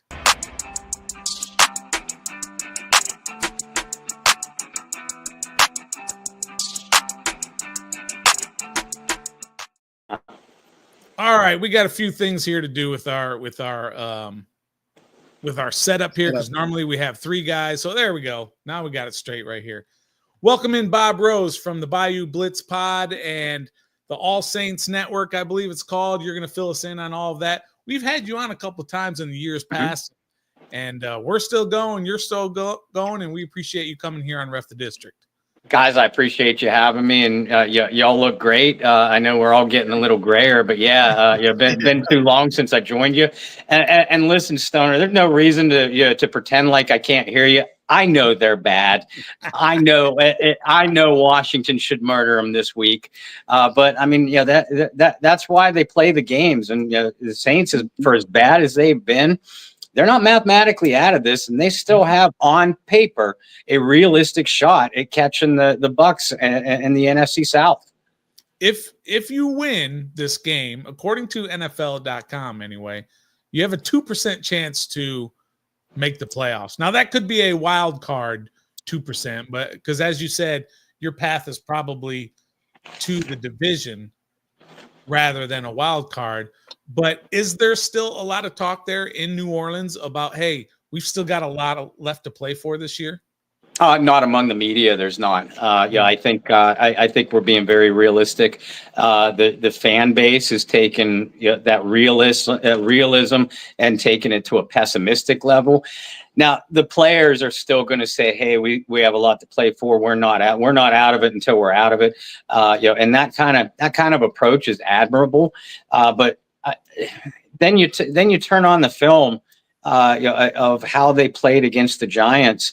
And you guys know how bad the Giants are. And that just looked like two teams playing out the final game of the regular season with nothing to play for. And half of them had their bags already packed at home for vacation. I love a lot of the players on this team. I've gotten to know some of them personally, and they're a bunch of great guys. And still some talent on this team. But I mean, realistically, this hasn't been a playoff team, from the way they played on the field since week 2. Wow. So, quarterback issues down there. Obviously, Derek Carr went down with the left wrist injury last week, something like that. And then your interim head coach, Rizzi, came out today that Jake Rayner and Spencer Rattler are going to duke it out for starting this week. With your insider information and your notion, your opinion, who do you see winning that competition and starting on Sunday? And now, keep in mind, it's just my opinion, because the Saints and Rizzi are playing it close to the vest. Hayner and Rattler are both going to get first team reps at least through tomorrow. My gut feeling is Jake Hayner is going to get the call against you guys. Reason being is Rattler already got his 3 starts when Carr was out with the oblique injury. While Spencer has some intriguing physical gifts, to me anyway, it's very clear that he is not ready to play.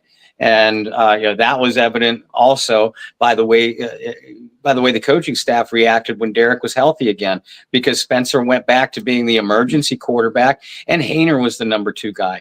That tells me that they feel like Hayner is the more ready to play quarterback. He may not have the natural gifts that Spencer Rattler does, but I mean, like we just got done talking about, this team is still trying to win games.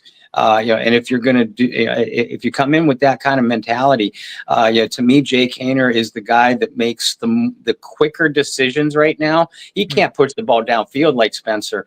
But I mean, with the lack of weapons that this team has, you need a guy to get that ball quick out of his hands, to make the decision quick, even if it is a bunch of checkdowns. So my gut feeling is Jake Hayner will get the call against Washington on Sunday.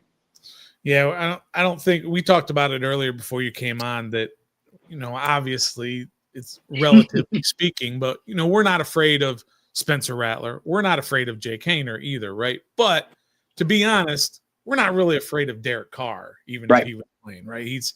That's just kind of the way it is in here. And a reminder to everybody who's here in the chat, if you got any questions for Bob, make sure you put them in here and we'll be sure to ask them. All right, Bob, I got 2 words for you that really hurts a lot of people here in Washington. Those 2 words are Chase Young. Right? Chase Young, not specifically him, but he set that pick, I should say, set this franchise back because we didn't take Justin Herbert. We didn't take Tua. And this was supposed to be our guy, our generational talent. And obviously it didn't turn out that way. He's been in New Orleans all this year. He got the game ball for his play last week.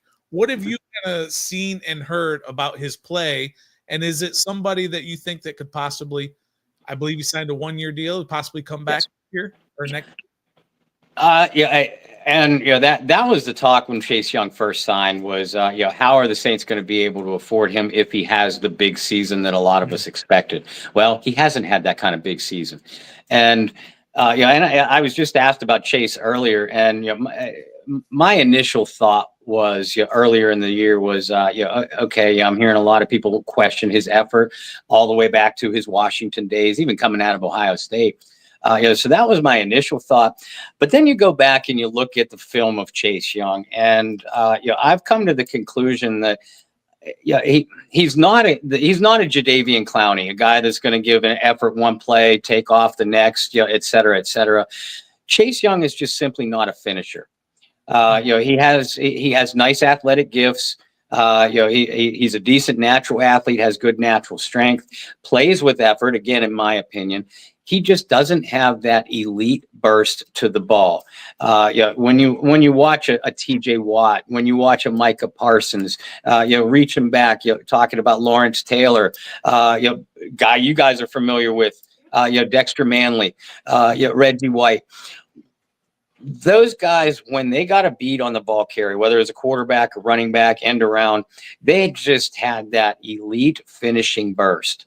And that is what Chase Young lacks, from watching him a lot closer this year. Because, he's always shown flashes. He showed flashes with you guys. He showed flashes with San Francisco. But then you have to examine that closer. Look at how much defensive line talent you guys had in Washington when Chase was there. Look at how much defensive line talent that San Francisco had when Chase played there the end of last year. Well, New Orleans doesn't have that kind of talent. Brian Bresee is going to be a beast, but is still developing. Cam Jordan is not that same kind of player anymore. And Carl Granderson is more of a complementary piece. To me, that's what Chase Young is, a complementary piece. He's a guy. If Cam Jordan was still Cam Jordan, Cam, I'm sorry, I am giving away my age. I am an old man. If Cam Jordan was still that guy that you can count on for 12, 15 sacks a year, then that's who the offenses are going to pay attention to. Therefore, a guy like Chase Young going to get more single blocking on the other side. He's going to be upwards in about 8-10 sacks if he stays healthy. Unfortunately, the Saints don't have that kind of defensive line, and Chase Young is not that kind of player that offenses game plan for. That's why, in my opinion, that's why you guys hate him so much, because when you're the second overall pick, you do have to be a Lawrence Taylor or a Reggie White or a TJ Watt. Chase Young's only crime is that he's not that guy. And when you're the second overall pick, you better be that guy. Otherwise, you're going to get a lot of criticism. And because of that, I don't think the market for Chase is going to be as big as maybe he expected when he signed this 1-year prove-it deal. So I do think that there's a possibility that the Saints can realistically re-sign him to maybe a 2-year, fairly cap-friendly contract, but don't think that that's going to be the answer to their defensive woes, because as I just said, he is not the guy. He is just a guy. Hey, Jack. Trev, you knew I was going to ask that, right? Yeah, I did. You knew I was going to ask the Chase Young question. Of course. So I saw today it was reported that AK Alvin Kamara was out with an illness today. He did not practice. Is that something to be really take some cautious and be serious about? And then if not, can we expect him to pretty much take the offensive workload on Sunday? Because like you said, you don't have that many offensive weapons. You just lost Taysom Hill. Olave is ready, but he's not ready this week. It was reported. And then I just read off the other receivers of Stoner. We have no idea who they are. So are we looking for AK to carry much of the load on Sunday for offense if he plays? Well, Alvin Kamara is the offense. As you said, Valdes-Scantling has made some nice plays as a deep receiver, but Derek Carr's not playing, and he's the best deep ball thrower on the team. Juwan Johnson, Foster Moreau, they're decent pieces, but they're not the kind of pass catchers that scare opposing defenses. And Kendre Miller, who I believe is a talented young man, is still unproven. All you got left is Kamara. Am I concerned that he won't play? No, not really, because Wednesday is typically a rest day for him anyway. Rest, recovery. So, oftentimes even when 100% healthy, he's limited at practice at best. If he doesn't practice at all tomorrow, on Thursday, then I would be a little bit concerned. But there have been 2 or 3 times this year where AK has been limited or sat out on Wednesday practice altogether, and it was reported to us that he was just dealing with an illness. I would be now. He's banged up too. Nothing specific, just beaten up and worn down. But I would fully expect him to play on Sunday. How he performs, is a complete other story. Kamara has been pretty productive, pretty consistently productive, despite the absence of Olave, Shaheed, now Taysom. But now you don't have Carr. So, now Washington knows 100% that if Kamara doesn't run the ball successfully, that Saints offense ain't going anywhere. So it'll be very interesting to me how Clint Kubiak utilizes Alvin Kamara, if he tries to use Kendre Miller more between the tackles to hopefully pinch those defenders inside and maybe get Kamara outside the numbers. That's personally what I would do, because however you use Alvin, his success is dependent on the success of the entire unit. Kind of keeping along those same lines, our guy Gus here, who's had a lot of great questions in the chat here, but I can't keep up with all of them. But as you said, you're kind of looking at him in terms of he's the offense, so get him the ball any way you can throughout this game. But maybe they should take the opposite approach and just kind of put him in a bubble wrap, because all those guys you talked about, Taysom Hill and Shaheed and Olave and Carr, but he's next, and then what do you got? Well, you got nothing. But like I said, you're still trying to win games because mathematically you're in this thing. If Alvin Kamara doesn't play, you don't win. Because you have you don't have nearly enough firepower to keep pace with Washington. Otherwise, as it is, you probably don't. I understand the philosophy, keeping him in bubble wrap, as the saying goes, because you want to prolong this man's career. You're looking for the future as much as the present. But Alvin is I think 64, 65 yards away from his first 1,000-yard rushing season. That means something to him. And it means something to the team too. You mentioned Olave before about how he's eligible to come off injured reserve. I think they're taking a wait and see approach with him, because concussions, as you guys know, are not something to mess around with. If New Orleans manages to win this game, and if they get a little bit of help, say Tampa Bay and or Atlanta loses, and they're really in the thick of things, then maybe you do see Olave come back out, against Green Bay the following week, or maybe the week after against Vegas, if you're legitimately trying to make a playoff push. If you're not, you don't take any risks with Olave. Conversely, if you lose this game to Washington, Tampa Bay and or Atlanta wins, I'm not sure if you're mathematically eliminated, but you might as well be. At that point, maybe you then examine Alvin a little bit more closely. Hey, what are you dealing with? Can you realistically get through the season without aggravating anything, anything serious? And if you can't, then I do put him on the shelf for the rest of the year. But at the same time, too, Darren Rizzi is coaching potentially for a permanent head coaching job. Now, his likelihood of getting it is probably fairly slim. But if this team makes a run and makes the playoffs, he has a strong case for being having that interim title removed. And again, you ain't going to win games without Alvin Kamara. That's a good segue to my question, because I was just going to ask. It doesn't have anything to do with Sunday, but are there any? I know we have 3 or 4 games left. Are there any early rumblings of a potential new head coach candidates for New Orleans? You guys have anybody you're looking at right now, or is it still too early to decide? Well, I'll tell you who the fans want is Ben Johnson, the offensive coordinator from the Lions. That's who we wanted last year, too. Exactly. And he's going to be a hot name throughout the league. The secondary names that the fans and some of us in the media are hearing, we're hearing Aaron Glenn, defensive coordinator for the Lions. Makes a lot of sense. He was with Sean Payton in this organization for years. He has had success, with Dan Campbell, also a former Saints assistant. And then another name the fans want, I'm not so hot on, is Mike Vrabel. Vrabel, the former Titans coach, he's going to land somewhere. There's no question in my mind. I can't think necessarily it's a fit for the scheme New Orleans has, but Vrabel is certainly going to get interviewed. Those are the top 3 names on the tips of everybody's lips and tongues right now. But the Saints are definitely going to interview other candidates too. Yeah, and we of course did a deeper study or a deeper research on Ben Johnson.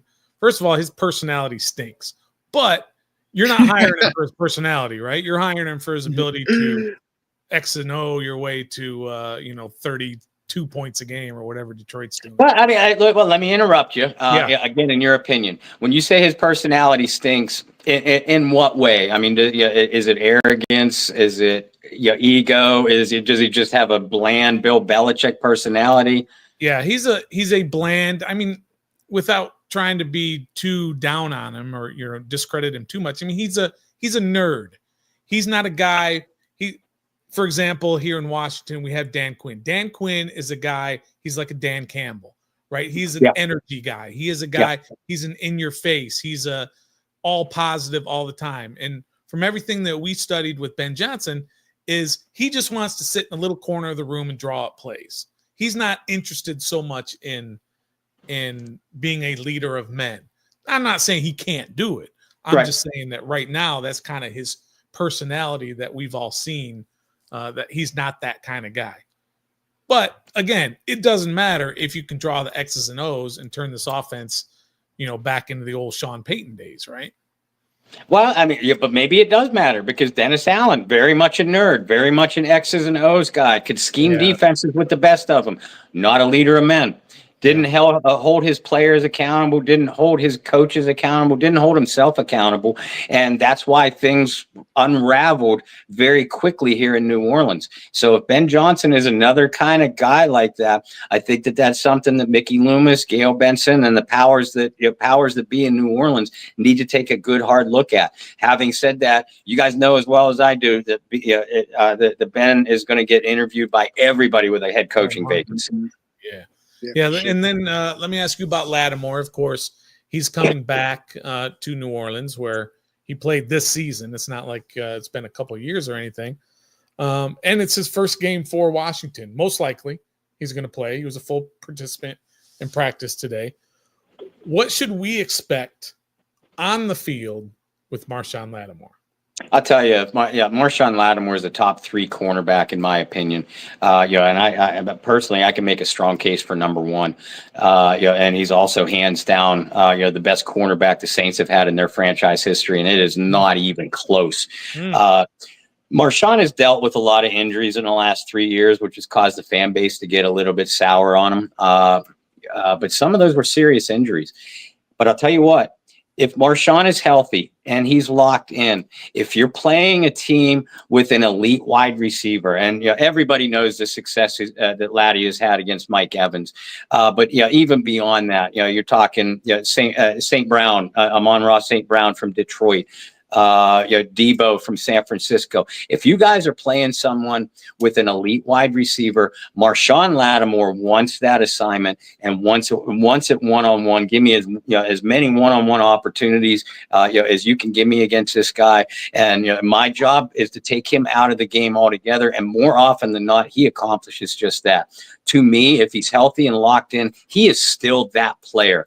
He is the kind of player that elevates an entire defense. So what's the reason for him being traded away? Was it money? Was it the injury history, or was it just time? A combination of a couple things. I say off the record, we're sitting here in a public interview. Marshon kind of wanted out of New Orleans. To him, it was time. I believe that there was some kind of rift between he and Dennis Allen, and that kind of trickled upstairs. And a lot of people, myself included, and I have to admit it because I've said it publicly, have questioned Marshon's willingness to play with some of those injuries. Now, again, I acknowledge some of them were pretty serious injuries too.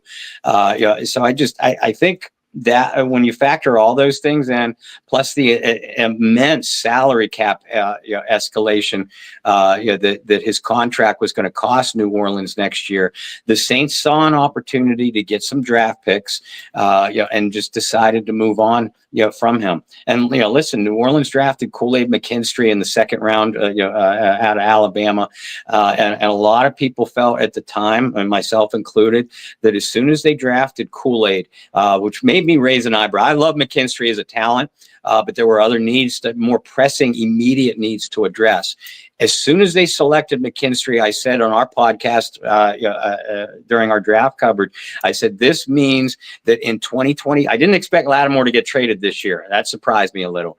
But I said publicly, this means in 2025 that either Paulson Adebo, who's in a contract year, or Marshon Lattimore will not be a Saint in 2025. This pick of Kool-Aid McKinstry was for the future more so than it was the present.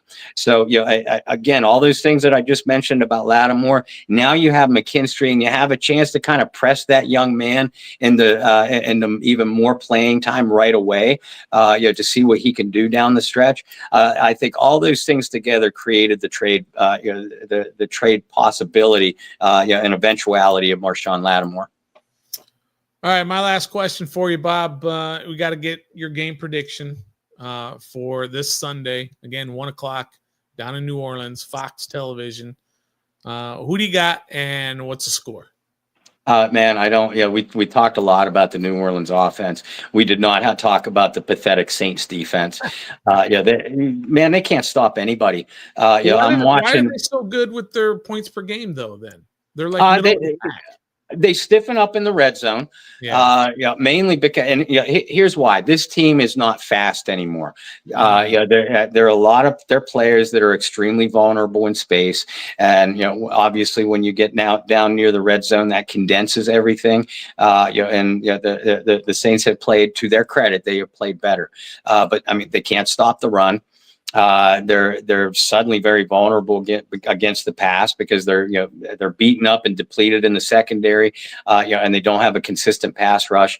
And my God, the lack of discipline and the poor tackling on this team is just atrocious.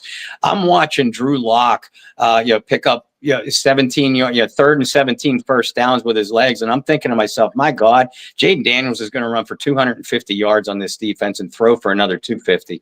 I know that's a little bit, out of the box, but Jaden Daniels is going to victimize this defense. I don't see how New Orleans is going to be able to stop, not only him, but Robinson. I don't necessarily see McLaurin having a big day, but Robinson and Daniels are going to eat these guys alive. Contrastly, I don't see Jake Haener or Spencer Rattler being able to put up enough points to keep pace. I see, and frankly, I'm being conservative. I see Washington coming out of this with a 27-13 win. I like that. All right. I don't, but I'm accepted at this point. Yeah, we'll take it. I think for me, I'll give my score right now too. All those things are extremely valid. It's a week-to-week league, though, and so you never know. Mm-hmm. But I mean, look, Washington is obviously in a playoff push here, right? 4 games left, sitting in the very last seed, and obviously they want to get to the playoffs. They've got the talent, a lot of the talent that they need to make that playoff push. And you're going into New Orleans playing a not very good team with a backup quarterback, a backup head coach, all of that. So I'm going to go with Washington winning this game, probably in that same area that you have it, but I've got Washington a little higher, 31-16. Very nice. I guess it's my turn. I'm going to be a little lower than that. My guess is 24-9 Washington, and the reason why is because I'm not really fully trusting this team after a bye. We had a little mini bye after, during the Thanksgiving holiday, and we came out and lost to the Cowboys, which had similar track record to you guys. Awful, no talent offense. We're supposed to win that game, and we end up losing the game by a couple touchdowns. So I'm not really trusting the way we perform after a bye, but so I think we'll still be a little rusty. So 24-9. I don't see Jake Haener putting up any touchdowns at all. I'm sorry, but 3 field goals. Yeah, we don't even know who the kicker is in New Orleans. Blake Groupie, who is actually better from beyond 50 yards than he is from inside of 30 yards. So there's that too. Okay. Short ones. So what the three of us are saying is we're not going to be picking up Jake Haener or Spencer Rattler on our fantasy teams this week. Oh no! In fact, no. I might pick up like Derek Carr just to. I have a bye this week. I'm in first place in one of my leagues. Oh, listen to Trev flex. I'm good. Flex. All right. Well, Bob, thanks for joining us here on Rebel District. Tell us a little bit about where Washington fans can find your work. We talked about the Bayou Blitz Pod, and I don't even know if I'm saying that right. Bayou Blitz or Bayou Blitz? Bayou Blitz. That's Bayou Blitz. Yeah, but tell us a little bit about where we can find your work, your writing, all that good stuff. Well, guys, first of all, thank you for having me back. I love your show. Love joining you.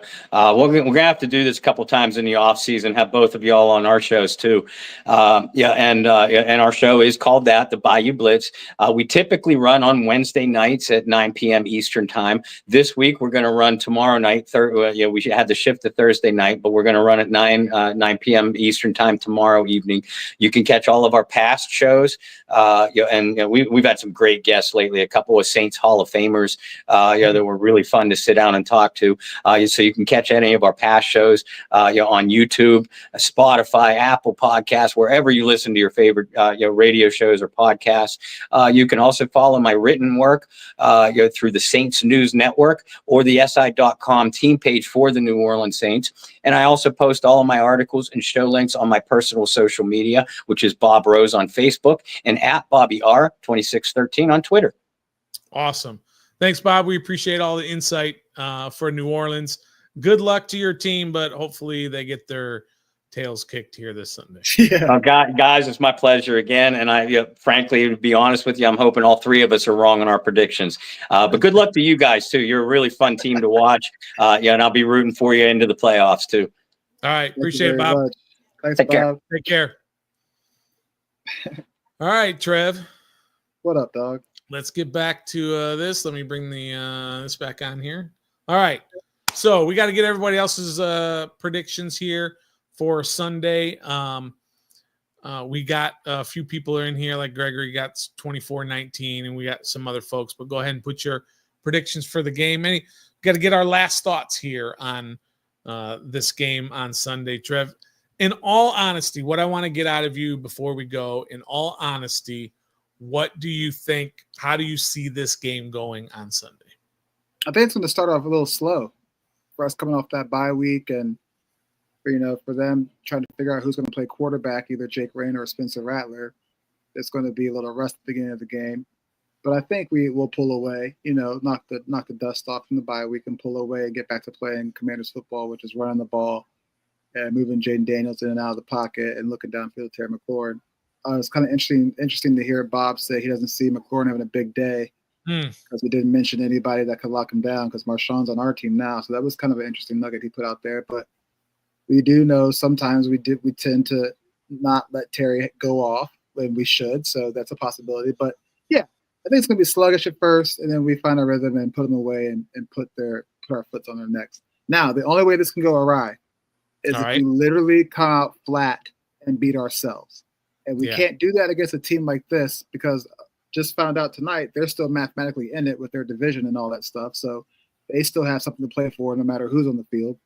And also they're the type of team that will take advantage of our mistakes or self-inflicted wounds or self-inflicted mistakes because I don't think they can flat out beat us with the talent or lack of talent they have. Yeah. The only way they win that game is if we beat ourselves. So coming out of a bye, we got to be fundamentally sound, disciplined.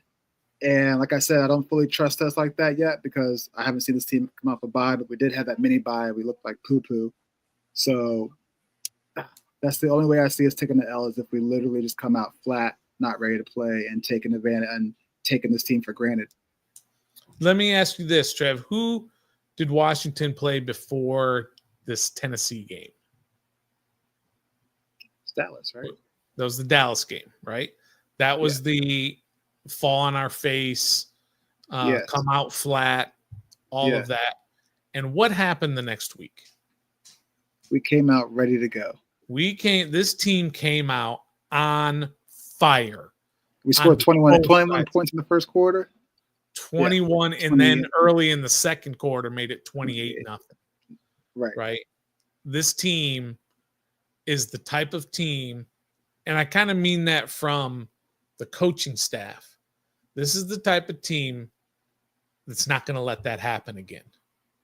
They're not going to let it happen they got their butts kicked against Dallas. Yeah. Up and down, both sides of the ball, everywhere. They got their butts kicked by an inferior team. And this coaching staff said, that's not happening again. And they proved it. And they went against Tennessee and just on fire on both sides of the ball. And I think they learned from that Dallas game. And so I truly believe that, look, we've said it many times before, for years and years, and even this year before the Dallas game, that when we get too high or we get too confident, something usually happens, right? Mm-hmm. But I have a different feeling about this game and this run through the end of the year. I don't think you're going to beat Philly. I don't care what happens this week. But you're going to take care of what they need to take care of to make that playoff push, because they have the right people in charge and they have the right people in the right positions on the field. They have the right guy at quarterback.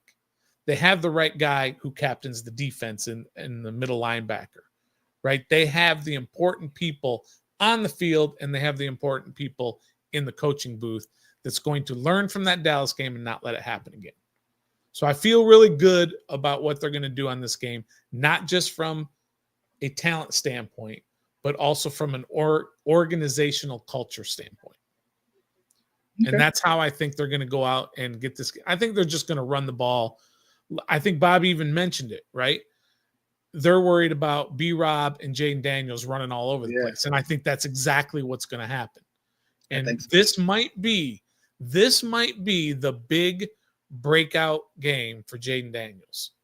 Like, he's had some big games or everything, but he's only had one 300-yard passing game. Right. And that was because of the Hail Mary got him over the 300-yard mark against Chicago. He hasn't had a 300-yard game other than that. His passing numbers are not gaudy, right? They're not blow you away, right? Right. So, but I think this might be the game. This might be the game where he explodes offensively. And they're going to come out. This is not going to be this is going to be a Carolina game, or this is going to be a Tennessee game where they just come out and dominate from the start, get a nice lead, and then we can complain about, a 3-and-out with the first possession of the second half when you're up 28-3 or whatever. You know what I mean? Right. Yeah. Start getting scared or whatever. But this is one of those games where I think it's a cakewalk. I think so too. I really do think All right, good point there, Locked On. Nathan left us hanging, coaling his stock. He's got some stuff going on at home with his kids, so totally understandable that he wasn't here. But hey, we appreciate everybody who was here checking out Ref the District in episode number 203, talking all about the Saints, the playoffs, and what this team is doing to get ready after the bye week.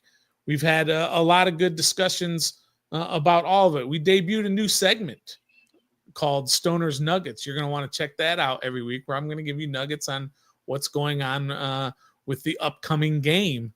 Every single week, I'm going to give that to you. But again, we appreciate everybody's here. Gregory, JG, Gus, Locked On, Grimjow, all the regulars were definitely here showing out. Dougford was here. I can't even get to Captain Obvious, came in kind of late. And of course, all those folks who donated as well. ATA Custom Painting, Dominic was in the chat earlier, and everybody else who I didn't actually call out by name, but we appreciate everybody who was here. Again, we're always here live every Wednesday, 7:30 p.m. on Facebook and YouTube. Don't forget, Sunday after the game, we're going to be here as well, talking about the game. And Trev, didn't even tell you this yet either. We're going to have a special guest on the Instant Reaction Sunday. So you're going to want to check that out Sunday after the show. And don't forget, next week is Philly week, right? We're going to have the great Lee Mayock back on. Lee Mayock. If you didn't check it out the last time she was on, you're going to want to check out Lee Mayock here to do the Philly preview. So this is a great show, Trev. You're pumped for the game, I'm sure. Oh yeah, this Sunday. Oh, yeah. I know everybody else is pumped. For sure. I wouldn't worry too much about it because I think it's going to be a nice butt whooping. Yes, I agree. So so check out our page always on YouTube. Make sure you hit that like and hit that subscribe button. If you're listening on audio, make sure you leave a rating and review. We are brought to you by Bet Online and Don't Sleep Energy. And until next time, Trev. Who that said they can't beat them Saints? The Commanders. It's all right.